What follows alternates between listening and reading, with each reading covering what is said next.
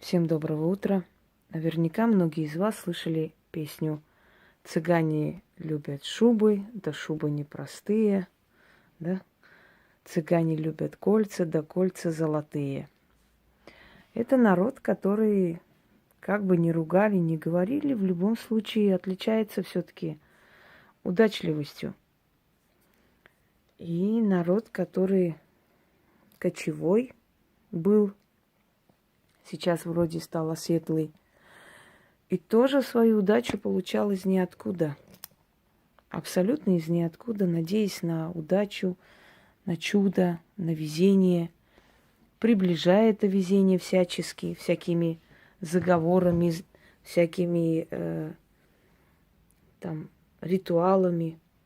Народ, который был искусен в магии, но потом немного потерял свою истинную силу и теперь может только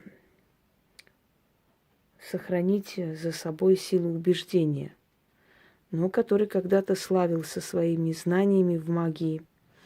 Почему потерял? Потому что цыгане должны были кочевать, их судьба была такая, и обучать все народы магии, и обучать все народы уважать силы, духов, предков. Но они погрязли в материальном, они полюбили золото, деньги, и, говорят, за это их Бог отвернулся от них и основное количество знаний у них забрал. Однако, невзирая ни на что, цыганские шувани до сих пор пользуются успехом, спросом, и не нужно думать, что все цыганки, аферистки, мошенницы, ничего не умеющие. Среди них есть очень, очень сильные ведьмы, о которых идет молва. Одна из них была Роза из города Благодарный, Ставропольский край. Одна из моих наставниц. Мне судьба давала таких людей, выводила навстречу мне. И я очень им благодарна, потому что эти люди очень многому меня научили, очень много сказали, объяснили. И после встречи с этими людьми я в своем ремесле очень многое познала и узнала, что мне до сих пор помогает и создавать, и делать, и работать. Именно те знания, которые были даны моими наставниками. У меня есть прямой эфир, можете посмотреть, называется «Мои наставники». Я там очень подробно объясняю. Вот как ни странно, во всех сферах у меня встречались наставники. У меня встречались наставники в сфере славянского колдовства, да, русской магии мы называем. Наталья Ивановна, которая жила в республике Коми. И так получилось, что судьба меня забросила туда, и эта женщина меня обучила очень многому. Замечательный была человек. Когда я уехала, через некоторое время она ослепла и умерла. Я вот встречала их на закате их жизни. Роза, которая жила в Благодарном, цыганка, очень волевая женщина. Вот я от нее научилась материться, я вообще не материлась. Я от нее заразилась матом. Мне так нравилось, как хорошо она материлась, что мне где-то стало понятно, что без мата тоже мы никуда. Макарий, дед Макарий, который жил в Тверской области, город Удомель. Ну, городок такой маленький, Удомель. Я неправильно произносила этот город, называла Удомля. А на самом деле Удомель, Тверская область. Тверь очень красивый город, мне нравится. Но единственный минус Твери, что бабы там пьющие. И очень сильно. К сожалению, это правда. И вот этим славится Тверь в последнее время. Но Тверь сам по себе, вот я бы там жила. Тверь, Псков, это мои любимые города, который тоже много чему меня объяснил и научил. Мой наставник, который жил в Африке, в ЮАР, и через женщину, через которую мы с ним познакомились, он мне очень много чего передавал. Потом посвятил меня, и через буквально полгода его не стало. Понимаете, во всех сферах мне встречались, мне давали силами наставники, которых я очень уважаю, благодарю и до сих пор, хоть их уже нет, но я очень им признательна, потому что столько знаний, которые есть у меня, в основном взято у этих людей. И я не могу это отрицать. Поэтому я никогда не понимала людей, которые обсирали или плевали в душу тем, у которых обучались, у которых много чего узнавали. Таким людям нужно быть благодарны всю жизнь, а не стараться облить дерьмом их имя, как бы считая, что этим ты себя возвышаешь. Для меня очень странное возвышение, если честно. Итак, вот на основе тех знаний, которые мне передала Роза, я хочу подарить вам этот ритуал «Цыганский король». Вообще она называла барон, но потом, когда я начала в совокупности делать ритуалы цыганские, я поняла, что барон – это немножко иное. Здесь именно король. Король коронованный, потому что барона выбирают люди. Выбирают как того, кто как бы поведет их, да, значит, лидера, там, руководителя и так далее. А здесь именно король. Коронованный человек, он всю жизнь будет коронован. То есть его не нужно ни переизбирать, ни пересматривать его кандидатуру. Поэтому цыганский король. Дорогие друзья, для этого ритуала вам нужно положить натуральную шубу или натуральную кожу, но натуральные. Не должно быть абсолютно искусственной. У искусственных вещей нету энергии. А если нет энергии, деньги не будут притягиваться. Только натуральная шуба. Положить натуральную шубу, любую, или натуральную кожу, которая у вас есть. Значит, раскидать вот так свои богатства. Серебро, золото, белое золото, драгоценные камни, полудрагоценные камни. Но бижутерии быть не должно вообще даже в помине. Это все создает определенную энергетику, алтарь богатства, который притягивает то, что ты хочешь. Читать нужно 6 раз. Это все соберете, положите по сундукам.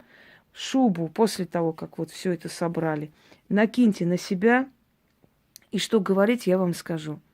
На пару минут, а потом снимите и повесьте обратно. И вы, если будете это периодически повторять, это вам будет приносить имущество. Особенно сейчас очень сильные дни, после лунного затмения и так далее. Сейчас вообще сильные дни для денег.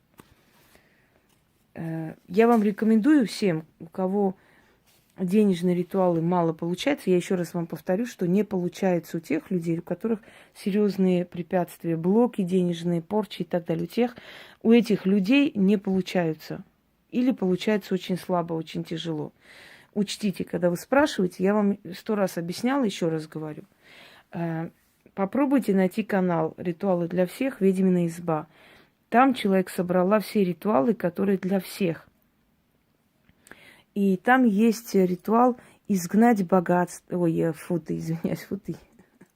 Уже все заклинил. Изгнать бедность, сжечь бедность. Она очень сильная вещь и очень быстро помогает. Вот сначала начните изгонять бедность, а потом начните призывать богатство. Постепенно усиливайте себя, приучая к этим ритуалам. И вы увидите, что увенчается успехом ваше старание. Итак, начнем. Читать 6 раз, я прочитаю 1 раз, вы 6. В конце все это уберете по сундукам, по своим местам. Киньте на себя, значит, шубу и говорите слова, которые я вам скажу в конце. Пару минут носите на себя, а потом повесьте обратно. Начнем.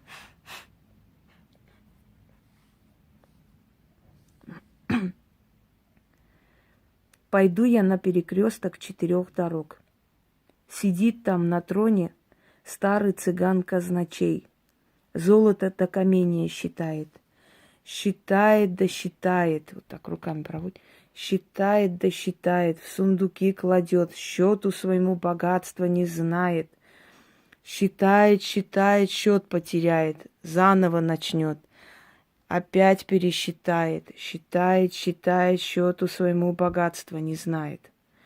Увидит меня, за руку возьмет, за место себя посадит на трон золотой, да коронует не короной меня, а удачной, счастливой цыганской звездой.